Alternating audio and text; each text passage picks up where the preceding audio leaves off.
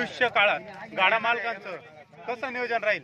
आता इथं ना चालू झालं. आता पहिलं आता जिल्ह्यामध्ये सर चौकड बंद आहे, इथं चालू झालेलं आहे. इथं एकदम नियोजन एकदम परफेक्ट आहे.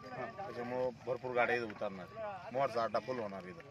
आता मागच्या वर्षी म्हणजे मागच्या जे बैलगाडा शर्यत झाली जी आपली त्याच्यात आणि आजच्या किती तफावत आहे? चांगला फरक झाला. आता बैलगाड आता एवढा अंधार झालाय तरी तुमच्या शर्यती अजून थांबलेल्या नाही किंवा झालेल्या नाही. वेळचं काही म्हणजे तसं काय नाही सर, 7ला टायमिंग आहे ना, 6चा टायमिंग राहतो. पण आता समजा जरा मागं मोर गाड्यांचं होतच राहतं, त्याच्यामुळे थोडंसं 6-6:30 वाजून जाते. तर आपलं नाव काय? श्याम धनराज मुर्तडक, राहणार कोराळा. मी पण आरोळीला 1 नंबर आहे. मी पण कालेवाडीचा अड्डा भरतो ना, तिथं मी पंच राहतो. इकडं किती बैल आहेत? 2 बैल 2 घोडे. आणि आपल्या बैलांचं नाव काय? हरण्या, बादशाह. नमस्कार शेतकरी मित्रांनो. तर आपण आज झेंडा पंच नावाजलेले, तर यांचं नाव जाणून घेऊ. मी बबन शंकर शासकर, राहणार सायळी, तालुका सिन्नर, जिल्हा नाशिक. पण आज माझ्या गावात बैलगाडा शर्यत केल्यामुळे मी उभा आहे.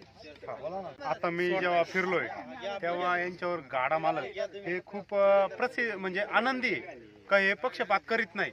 तर तुम्हाला या गावामध्ये आपलंच हे गाव आहे पंचकृषी, तुम्हाला हे सर्वजण ओळखतात आणि तुम्हाला अचूक निर्णय म्हणून ओळखलं जातं. तुम्हाला हे पुढचं येणारं मैदान आहे, तुम्ही कसं नियोजन करणार आहे? इथं नियोजन आमचं परफेक्ट राहतं. आम्हाला इथं कोणाची बी वशिले पाहिजे, कोणाचे काही नाही. काही गाडा मालक तुम्ही कोणत्या गाडा मालकाला विचारून पहा तुम्ही. आज पक्षपाती हे अजिबात निर्णय जागेवर निर्णय होणार. तर गट 5चं नियोजन कसं होणार आहे इथं? गट 5चं नियोजन म्हणजे यालाच पाट्या दुसऱ्या पाट्या करून मग गट 5चं ते होणार. आता सध्या बिनजोड चालू आहे. बिनजोड चालू आहे. तर आपल्याला जे शासन मान्य शासनाच्या नियमानुसार आपण जे गट पास करणार आहोत, तर आपल्याला इथून तर बाहेरून पण जसे आपल्याला फोन येतात किंवा बोलवतात, तर आपण जातात का? हो. तर आपण कुठं कुठं गेलेले आहेत?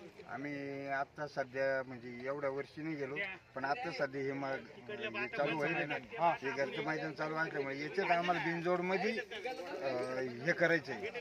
याच्यात गट 5 बैल करून आम्हाला त्या मैदानामध्ये उतरायचं. त्या मैदानात तुम्हाला उतरवायचं आहे. आणि इथं मैदानावर आलेले बैलगाडा मालक हे आनंदी असतात. हो, 100%. आणि आता हळूहळू मी बघितलंय, तर मी आता बरंच बैलगाड्यांना मालकांना भेटलोय, तर बैलगाडा मालकांचे असं म्हणणं आहे का इथं संख्या वाढत चाललेली आहे. त्याचं कारण काय? कारण म्हणजे निर्णय एकदम रास्त. त्याच्यात कोणाची वचलबाजी नाही, कोणाचे काहीच नाही. एकदम स्टेट ते म्हणजे स्टेट.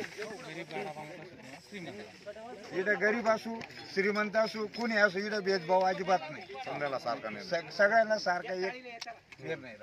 तर मित्रांनो, आपण आज बैलगाड्या मालकांचं मनोगत बघितलंय आणि असेच नवनवीन व्हिडिओ बघण्यासाठी तुम्ही अभि फार्मर या यूट्यूब चॅनलला सबस्क्राईब करा, लाईक करा, शेअर करा. तोपर्यंत धन्यवाद मित्रांनो. जय जवान, जय किसान.